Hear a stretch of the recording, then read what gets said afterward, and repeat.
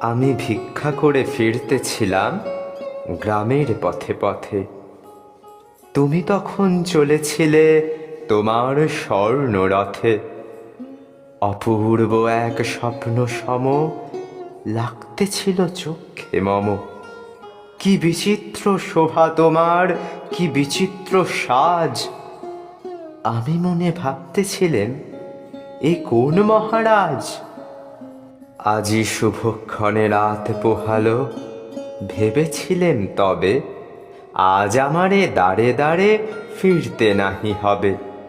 বাহির হতে নাহি হতে কাহার দেখা পেলেম পথে।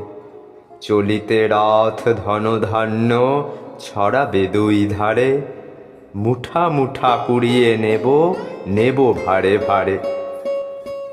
দেখি সহসা রথ থেমে গেল আমার কাছে এসে। আমার মুখপানে চেয়ে নামলে তুমি হেসে।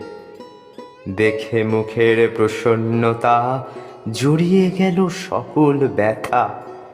হেনকালে কিসের লাগি তুমি অকস্মাৎ? আমায় কিছু দাও গো বলে বাড়িয়ে দিলে হাত। মরি, একই কথা রাজাধিরাজ, আমায় দাও গো কিছু। শুনে ক্ষণকালের তরে রইনু মাথা নিচু। তোমার কি বা অভাব আছে ভিখারি ভিক্ষুকের কাছে? এ কেবল কৌতুকের বশে আমায় প্রবঞ্চনা। ঝুলি হতে দিলেম তুলে একটি ছোট কণা। যবে পাত্রখানি ঘরে এনে উজাড় করি, এ কি ভিক্ষা মাঝে একটি ছোট সোনার কণা দেখি।